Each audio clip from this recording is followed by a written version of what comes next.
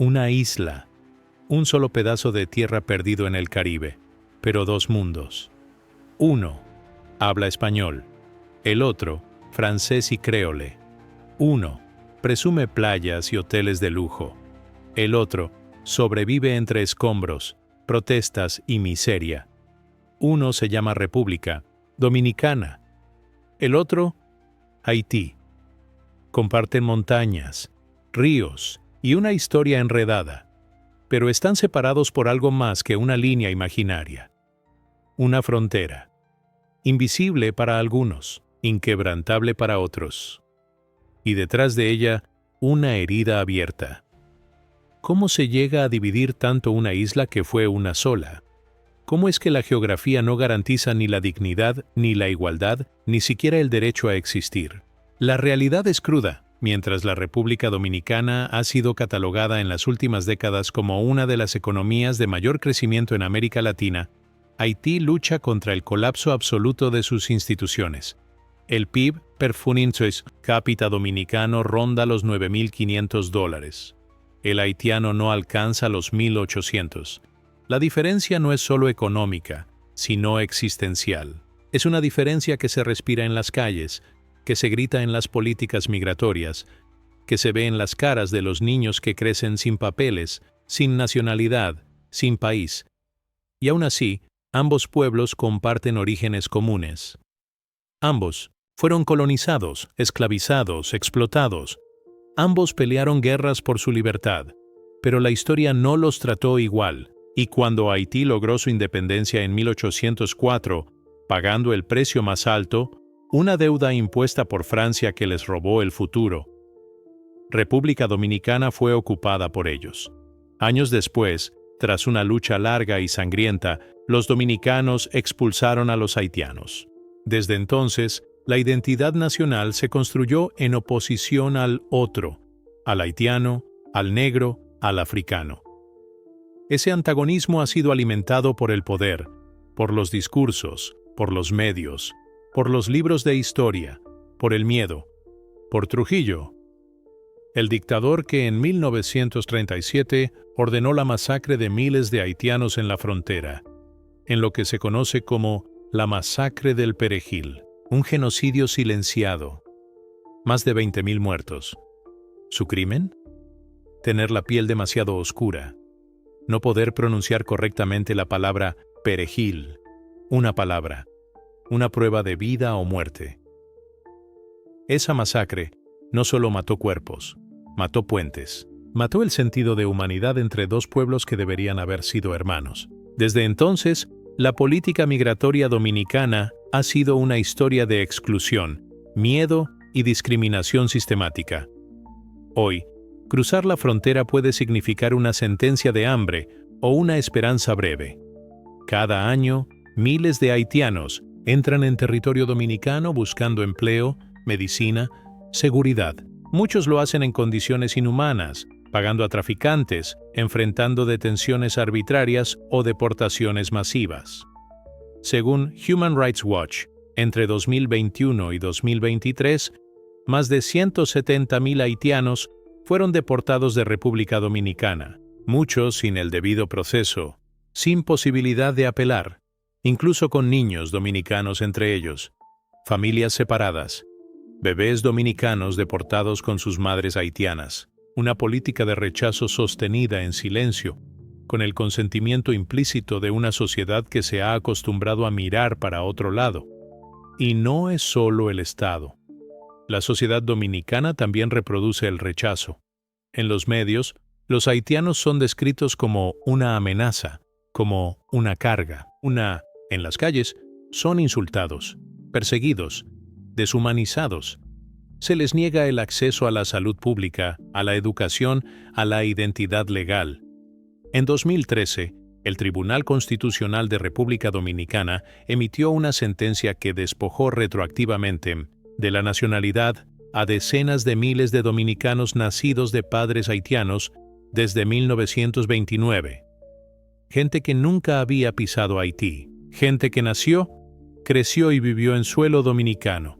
Quedaron en el limbo, apátridas, ni dominicanos ni haitianos, invisibles ante la ley, invisibles ante la vida, niños que no pueden inscribirse en la escuela, jóvenes que no pueden acceder a una universidad, mujeres que no pueden registrar a sus hijos, vidas congeladas por una decisión judicial que reflejó una verdad más profunda, que en República Dominicana la negritud ajena sigue siendo vista como una amenaza. Y sin embargo, haitianos y dominicanos comparten barrios, mercados, oficios, viven en las mismas calles, construyen las mismas casas, siembran los mismos campos. En muchos lugares, la frontera se vuelve difusa, pero el racismo la reafirma. La línea no está solo en los mapas, está en las mentes, en los discursos, en las leyes. La paradoja es brutal. El país que crece a ritmo económico acelerado lo hace muchas veces sobre la espalda de trabajadores indocumentados, mal pagados y discriminados. El azúcar que se exporta, la construcción que florece, la agroindustria que prospera. Todo eso depende en parte del trabajo de migrantes haitianos, pero mientras trabajan en el campo o en el andamio, no existen como ciudadanos. ¿Hasta cuándo se puede sostener una sociedad que niega derechos a quienes sostienen su desarrollo? ¿Qué pasa cuando la pobreza no solo es económica, sino también legal, moral y estructural? ¿Y si el problema no fuera solo la pobreza ajena, sino la forma en que elegimos ignorarla? Desde fuera, República Dominicana brilla en las agencias de turismo, en los comerciales de televisión, en las redes sociales de influencers que solo muestran playas cristalinas, bebidas tropicales y resorts todo incluido. Un país tropical, alegre, hospitalario. Pero la alegría no siempre se come, y la música no siempre tapa el hambre. ¿Y tú, querido espectador, ya has visitado la isla? ¿Vives allí? Coméntanos sí o no. ¿Te has hospedado en aquellos hoteles caribeños?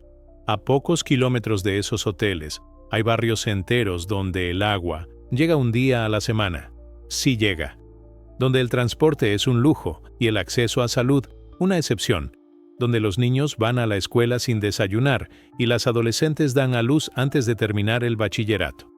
Según datos del Banco Mundial, más del 27% de la población dominicana vive en condiciones de pobreza. Eso equivale a casi 3 millones de personas, más de un cuarto del país.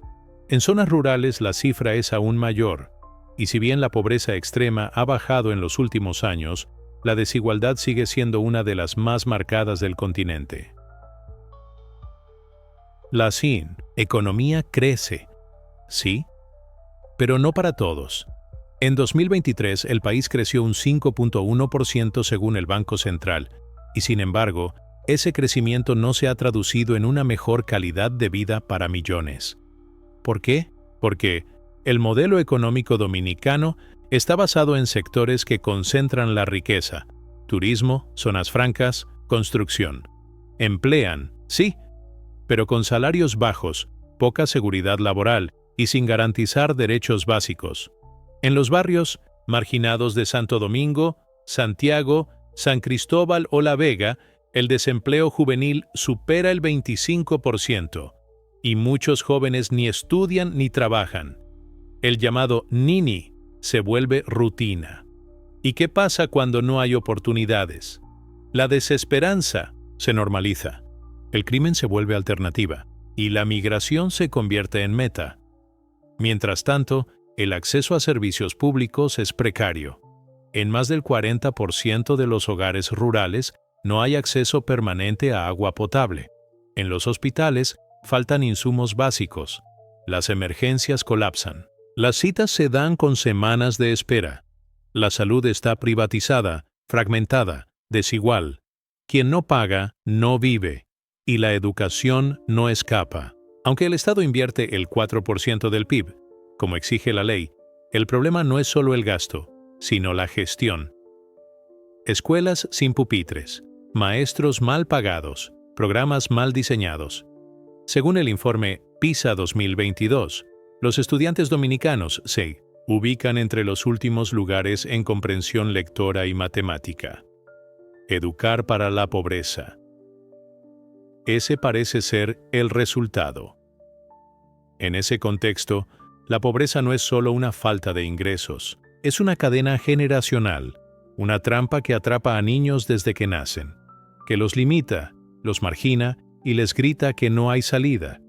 Y aún así, cada 4 años, las campañas políticas prometen lo mismo: empleo, desarrollo, dignidad. Pero los resultados son mínimos, porque el sistema está viciado por el clientelismo, la corrupción y la indiferencia. El programa Supérate, por ejemplo, intenta ayudar a más de 1.5 millones de dominicanos en pobreza extrema. Pero su enfoque es asistencialista, fragmentado, insuficiente. No transforma estructuras, solo alivia dolores. Por un rato. Mientras tanto, el endeudamiento crece. En 2024, la deuda externa del país superó los 50.000 millones de dólares. El 43% del presupuesto nacional se destina al pago de intereses y compromisos financieros. Menos inversión real, más dependencia externa, menos soberanía. Todo esto ocurre en el mismo país donde se celebran conciertos millonarios, se inauguran centros comerciales de lujo, y se construyen torres que solo una pequeña élite puede pagar. La contradicción es brutal. Un país que camina en 2 velocidades, una que corre para unos pocos y otra que apenas sobrevive. ¿Y quiénes sufren más? Las mujeres, las madres solteras, los niños, los envejecientes, los discapacitados, los que no tienen voz, los que no caben en los anuncios turísticos. Pero la pobreza no solo duele, también enseña a sobrevivir. En muchos barrios, las redes comunitarias, las iglesias, las juntas de vecinos, las organizaciones sociales y, sobre todo, las mujeres, son quienes sostienen lo que el Estado abandona. Allí donde no llega el gobierno, nace la solidaridad, y aún así, no basta, no alcanza, porque sin voluntad política real, sin reformas estructurales profundas, sin una visión de país que ponga la dignidad por encima de las estadísticas, la pobreza no es un accidente, es una decisión sostenida, un sistema que elige olvidar a los que más lo necesitan. ¿Qué pasa cuando el hambre se mezcla con el resentimiento, la frustración y el abandono? ¿Qué cultura nace de la pobreza cuando nadie escucha? Cuando la pobreza se vuelve paisaje, la cultura se convierte en espejo. Y lo que refleja no siempre es belleza, ni resistencia, ni identidad. A veces refleja rabia, desesperación y una peligrosa resignación. En muchos barrios dominicanos, la música ya no solo habla de fiesta, amor o lucha, habla de armas, de traición, de muerte, de tumbes, movimientos turbios y coronas rotas. El dembow, el trap, el rap callejero, han dejado de ser solo expresión artística para convertirse en una narrativa dominante, una que romantiza la violencia, glorifica la delincuencia y convierte al sicario en ídolo. Esto no nació de la nada. La música callejera dominicana es hija de un entorno donde el Estado no protege, donde los sueños se trituran con cada apagón, con cada bala perdida, con cada comida que no se sirve. Para muchos jóvenes, crecer en un barrio sin oportunidades reales es crecer con la sensación de que la ley solo existe para castigar a los pobres. Y si la ley no protege, ¿por qué obedecerla? Ahí aparece la figura del tigre, el que resuelve, el que sobrevive, el que se impone. Y los códigos de calle se vuelven ley. Respeto se gana con miedo. Fama se construye con violencia. Y el éxito se mide en cuántos enemigos caen, no en cuántas vidas se salvan. El problema no es el dembow, ni el ritmo, ni el lenguaje. Es la ausencia de alternativa. Cuando la escuela no forma, el arte se contamina. Cuando no hay empleo, la calle recluta. Y cuando nadie escucha, el grito se convierte en letra, beat y metralla. Según el Observatorio de Seguridad Ciudadana, El 70% de los delitos violentos en zonas urbanas está vinculado a jóvenes menores de 25 años, muchos de ellos sin estudios completos. Y esto va más allá de lo individual. Se vuelve colectivo, cultural. Hay una normalización del delito, una trivialización de la muerte, una estética del antisistema. En redes sociales, miles de jóvenes siguen a exponentes que muestran pistolas, dinero mal habido y vidas de excesos como si fuera la única forma válida de llegar. ¿Quién les enseñó que matar vale más que estudiar? ¿Quién se los permitió? La industria musical también tiene su parte. Promotores, medios, disqueras, todos se benefician del morbo, se lucran del caos. Mientras el barrio sangra, otros hacen caja.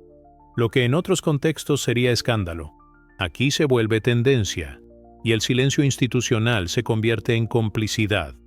Pero lo más grave no es la música, es que no hay otra narrativa ganando espacio, porque la cultura oficial no llega al barrio, porque los proyectos comunitarios no tienen fondos, porque los centros culturales están vacíos, cerrados o colapsados, porque la violencia se reproduce más rápido que la esperanza.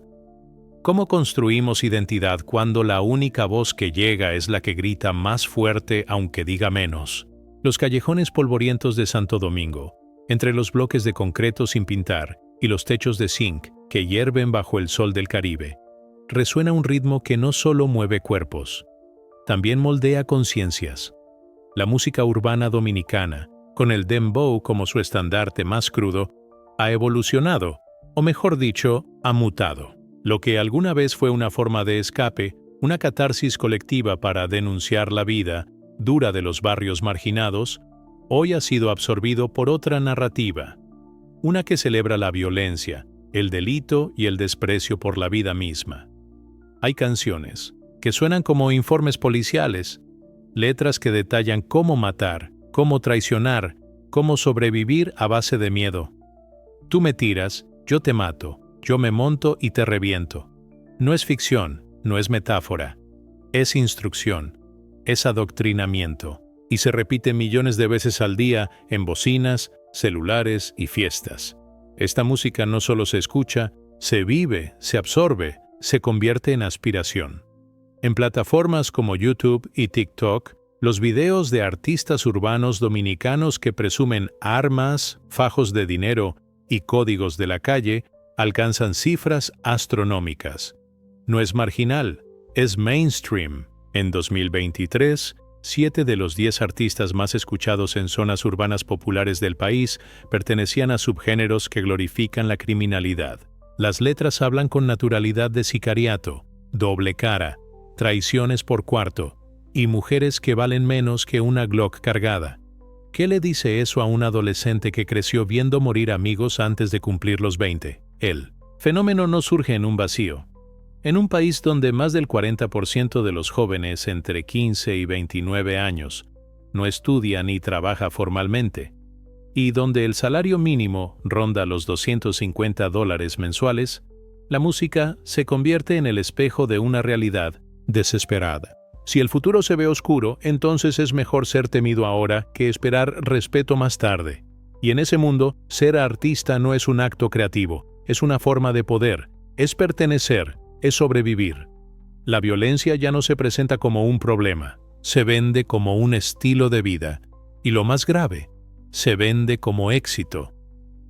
El joven que canta sobre disparar a su enemigo tiene más seguidores que cualquier científico del país. La canción que describe cómo robar sin dejar rastro tiene más reproducciones que cualquier discurso político. Y lo que se repite sin cesar termina siendo ley. Los medios refuerzan este ciclo. Los noticieros reproducen las controversias, dan pantalla a los escándalos, entrevistan a quienes tienen más polémica que talento. Las redes sociales amplifican los discursos extremos, premian el morbo y castigan la reflexión. Es un sistema que empuja hacia el abismo mientras finge que solo está entreteniendo, y así, una industria millonaria se construye sobre la glorificación de la miseria. Pero, ¿quién se beneficia realmente de esta cultura? Los artistas muchas veces son también víctimas, atrapados en contratos abusivos, forzados a representar personajes que los destruyen lentamente. Muchos mueren jóvenes, asesinados o consumidos por sus propios excesos. La música se convierte entonces en una trampa. Ofrece fama inmediata, pero exige lealtad a una imagen que no perdona debilidades. Y mientras tanto, las comunidades siguen sangrando. Padres que entierran hijos, madres que sobreviven a la violencia, con un suspiro ahogado, niños que crecen creyendo que portar un arma es más importante que portar un libro. Y lo más cruel es que no hay alternativas reales. Las escuelas carecen de arte, de cultura, de espacios para que los jóvenes descubran otras formas de expresión. No hay talleres de música, ni cine, ni escritura. Lo que no se siembra, no crece. Cuando se deja que la cultura de la calle sea la única voz que educa, se permite que los códigos de la violencia sean la brújula moral. El talento dominicano no es el problema. El talento sobra. Lo que falta es una estructura que lo encamine hacia algo más que la autodestrucción. Entonces, si ya entendimos cómo la música puede construir o destruir sueños, ¿qué pasa cuando también el sistema educativo les da la espalda a los más vulnerables? ¿Quién enseña cuando la escuela falla? La música urbana dominicana ha emergido como un fenómeno cultural imparable, una voz potente que resuena en barrios, calles y espacios públicos, desde el dembow, ritmo nacido en los barrios populares de Santo Domingo, hasta las fusiones con reggaetón y trap. Esta música refleja una mezcla de orgullo, frustración y rebeldía. Para muchos jóvenes es más que entretenimiento, es una forma de identidad y resistencia frente a la exclusión social. Pero también es un espejo que revela las heridas de una sociedad desigual, donde la violencia y la marginalidad se vuelven parte del mensaje que se transmite. Cómo esta expresión artística, que debería empoderar, terminó siendo a la vez una trampa que perpetúa ciertos estereotipos y problemáticas sociales. La música urbana dominicana se ha convertido en la banda sonora de una generación que crece en medio de dificultades, desigualdad y falta de oportunidades. El dembow, con su ritmo acelerado y letras directas, se popularizó no solo en la isla, sino en toda Latinoamérica, llevando consigo un mensaje que a menudo gira en torno a la vida en los barrios, las luchas diarias y las contradicciones de una juventud que busca ser escuchada. Pero detrás del éxito comercial y la fama, hay una narrativa más compleja. ¿Qué papel juega esta música en la construcción de la identidad juvenil y en la manera en que los jóvenes se relacionan con su entorno? Este fenómeno musical también está marcado por la tensión entre expresión auténtica y la comercialización que a veces distorsiona el mensaje. Muchos artistas se ven presionados a reflejar una imagen de dureza, violencia y rebeldía que vende, pero que a su vez refuerza estereotipos negativos. Las letras que glorifican la delincuencia, el enfrentamiento con la ley y la violencia se han convertido en un sello característico de este género. ¿Estamos ante una forma de arte que refleja la realidad o ante una cultura que, inadvertidamente, la perpetúa y amplifica? La música urbana dominicana no solo cuenta historias, crea realidades. Cuando las letras repiten temas de armas, peleas y muerte, y los videos muestran imágenes de poder a través de la violencia, el mensaje caló hondo en muchos jóvenes que buscan identidad y sentido en un entorno hostil. ¿Cómo influye esta normalización de la violencia en las decisiones y comportamientos de una juventud que ya enfrenta tantos obstáculos? Estamos frente a una cultura que idolatra lo problemático y que, sin darse cuenta, está moldeando futuros complicados. Aunque la música urbana puede parecer una simple moda, su impacto social es profundo. Se ha transformado en un espejo oscuro que refleja no solo las realidades sociales, sino también los deseos y frustraciones de una juventud que busca su lugar en el mundo. La pregunta que queda es, ¿cómo podemos entender esta expresión musical sin caer en la condena simplista, pero tampoco ignorando sus consecuencias más negativas? ¿Qué papel pueden jugar los artistas, la comunidad y el Estado para que esta música sea un motor de cambio y no un vehículo de perpetuación de problemas? La música urbana dominicana es un fenómeno que desafía categorizaciones fáciles. Representa la voz de quienes muchas veces no tienen otra forma de expresarse, pero también plantea un reto para toda la sociedad dominicana. ¿Cómo transformar esta cultura para que sea una herramienta de esperanza y no una trampa que atrapa a sus propios protagonistas? ¿Qué caminos pueden abrirse para que la creatividad y la expresión sean verdaderos motores de transformación social? ¿Y si la música pudiera ser el puente entre la realidad que duele y el futuro que se sueña? ¿Qué pasaría si esa voz urbana no solo contara la historia de la violencia, sino también la de la superación y la dignidad? ¿Cómo pasar de la idolatría de lo problemático a la construcción de un nuevo relato? Esa es la pregunta que nos invita a seguir explorando. La República Dominicana no es pobre, es empobrecida. Durante décadas, el Estado dominicano ha funcionado como una maquinaria de enriquecimiento ilícito para unos pocos. El poder político y el económico se han confundido, entrelazado, fundido, y el resultado es una élite que no solo se beneficia del caos, lo necesita para seguir reinando. Basta con revisar los escándalos. Odebrecht, Súbelo, los contratos inflados en obras públicas, las licitaciones fantasma, las fundaciones sin función. El presupuesto nacional no se pierde. Se reparte entre clanes políticos disfrazados de partidos. La corrupción en República Dominicana no es un accidente, es una estrategia de gobierno. Y mientras se reparte en el país como botín, abajo, el pueblo mendiga servicios básicos. El sistema de salud colapsa con frecuencia. Los hospitales están mal equipados, mal abastecidos y mal administrados. A veces no hay ni gasas, ni camas, ni médicos, pero sí hay contratos millonarios para construir infraestructuras que nunca se terminan o se caen al año siguiente. La educación, supuestamente prioridad nacional, ha sido violada por intereses privados y agendas politiqueras.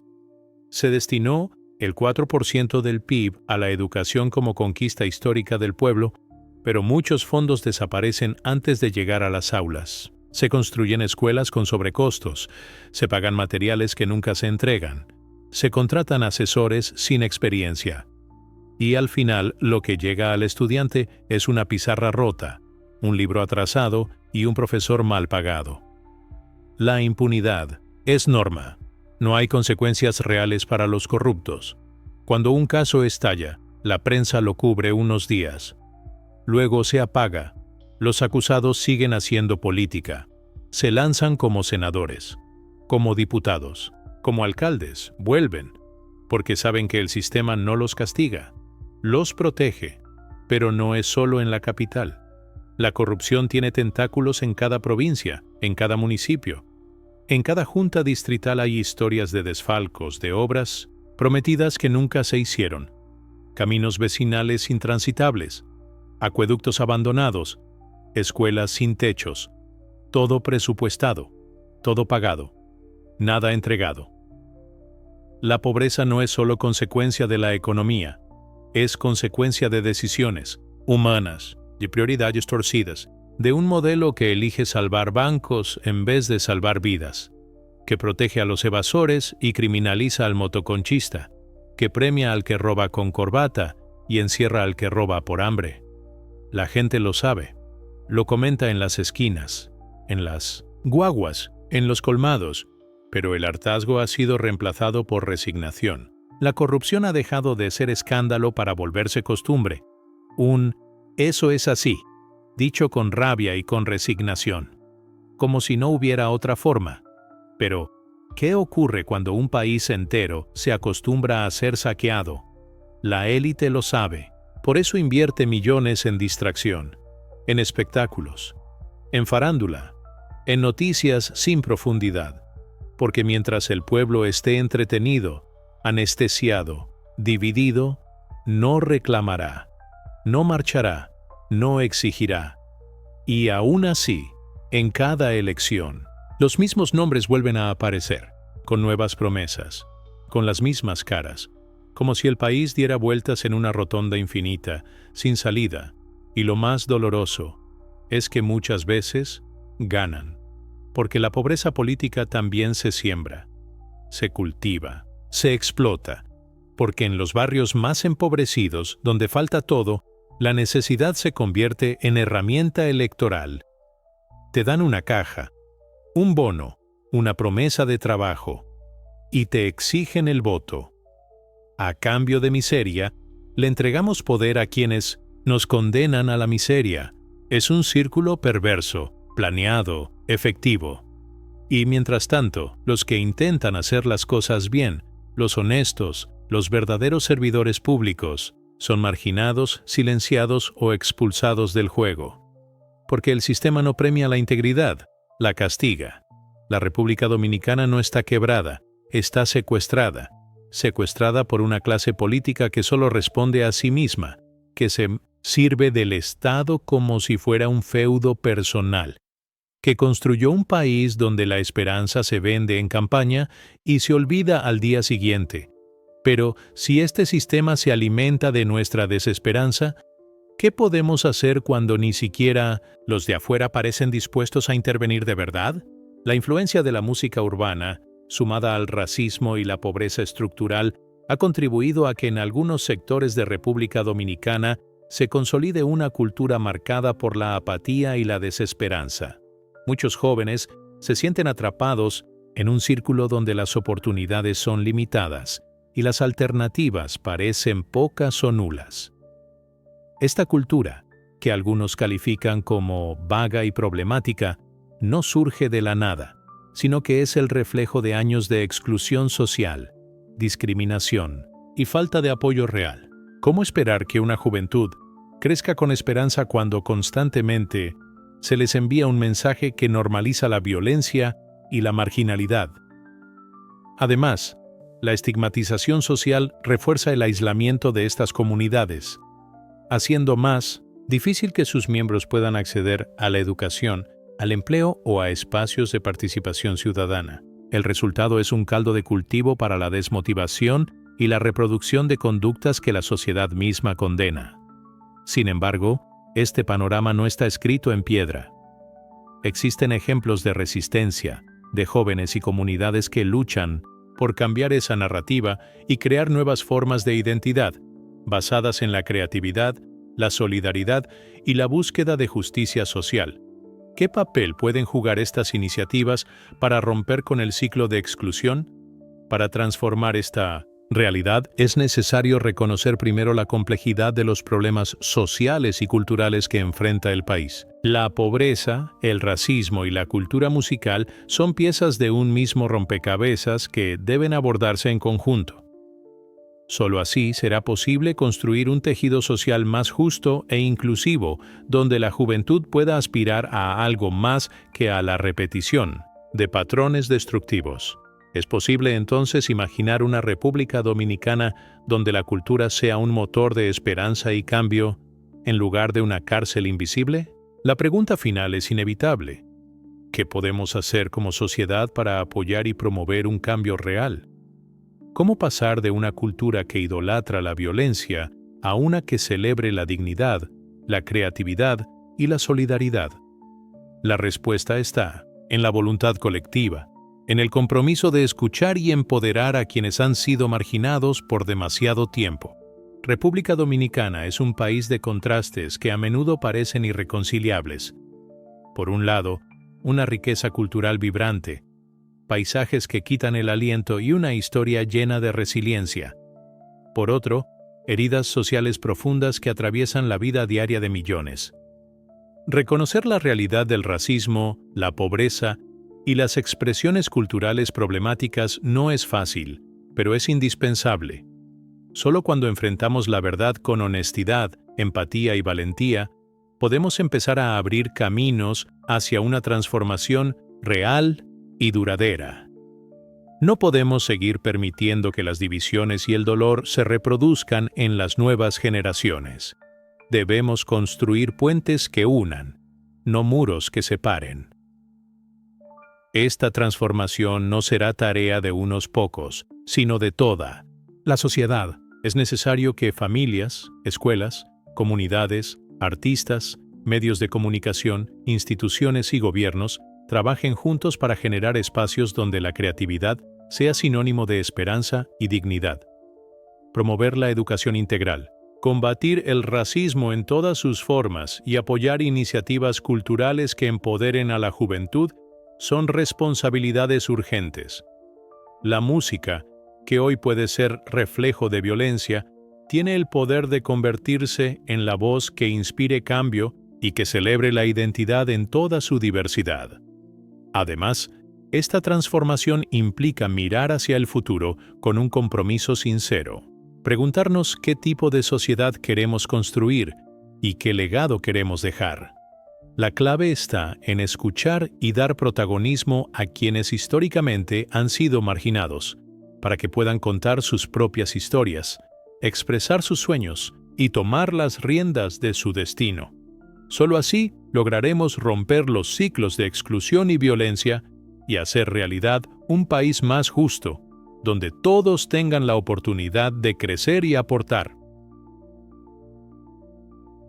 Es fundamental que cada uno de nosotros tome conciencia de su papel en este proceso. La empatía, la educación y la acción colectiva son herramientas poderosas que pueden transformar realidades.